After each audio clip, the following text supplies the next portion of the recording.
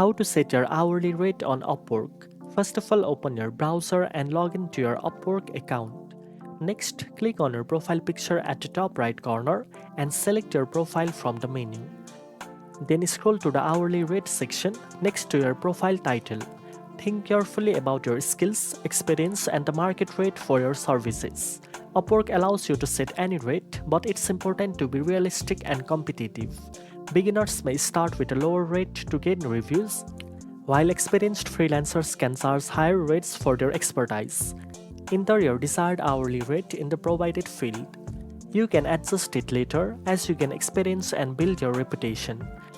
Keep in mind that Upwork takes a service fee, so factor that into your calculations. After entering your rate, click Save to update your profile. Now you know how to set your hourly rate on Upwork.